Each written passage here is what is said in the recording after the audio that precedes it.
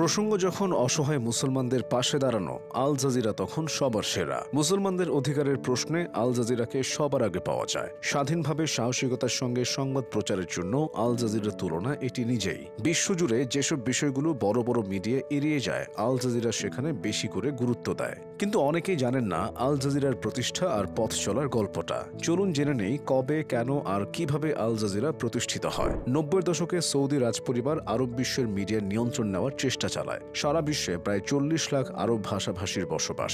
এত বিশাল সংখ্যক মানুষকে টার্গেট করে সৌদি আরব একটি নিউজ চ্যানেল খোলার সিদ্ধান্ত গ্রহণ করে। এজন্য বিবিসির সঙ্গে সৌদি সরকারের চুক্তি স্বাক্ষরিত হয়। সেই চুক্তি অনুসারে নতুন যে চ্যানেল খোলা হবে তার সকল কর্মকর্তা ও কর্মচারীকে বিবিসি প্রশিক্ষণ প্রদান করবে। চুক্তি অনুযায়ী বিবিসি অনেক কর্মকর্তা ও কর্মচারীকে প্রশিক্ষণও দিয়েছিল। কিন্তু নতুন চ্যানেলটি যখন যাত্রা শুরু করে তখন এর সিইও সৌদি সরকারের কাছে একটি শর্ত জুড়ে দেয়। শর্তটি ছিল সৌদি রাজপরিবার এই চ্যানেলের উপর কোনো প্রভাব খাটাতে পারবে না। যদি রাজপরিবার থেকে প্রভাব খাটানোর চেষ্টা করা হয় তাহলে চ্যানেলের সকল কর্মকর্তা একসাথে পদত্যাগ করবে। কিন্তু চ্যানেলটি সম্প্রচারের কিছুদিন পরে সৌদি সরকার তার দেওয়া শর্ত ভঙ্গ করে। তাই চ্যানেলে কর্মরত সকল কর্মকর্তা ও কর্মচারী একসাথে পদত্যাগ করে। এরপর এই সুযোগটি কাতার লুফে নেয়। 1996 সালে কাতারের আমির শেখ হামাদ বিন খালিফা আল থানি এককালীন $137 মিলিয়ন দিয়ে আল জাজিরা চ্যানেলটি প্রতিষ্ঠা করেন। প্রতিষ্ঠার পূর্বে চ্যানেলের কর্মকর্তা কর্মচারীরা কাতারের আমিরকেও একই শর্ত প্রদান করেন।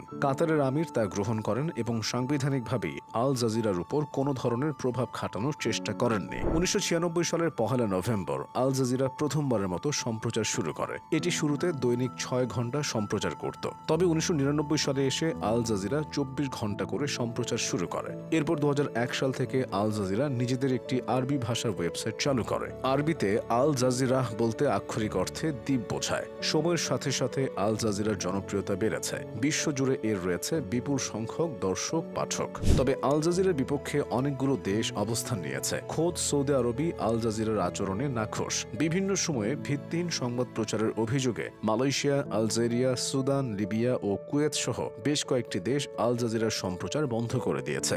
ভারতেও একটা সময় আল জাজিরা নিষিদ্ধ ছিল।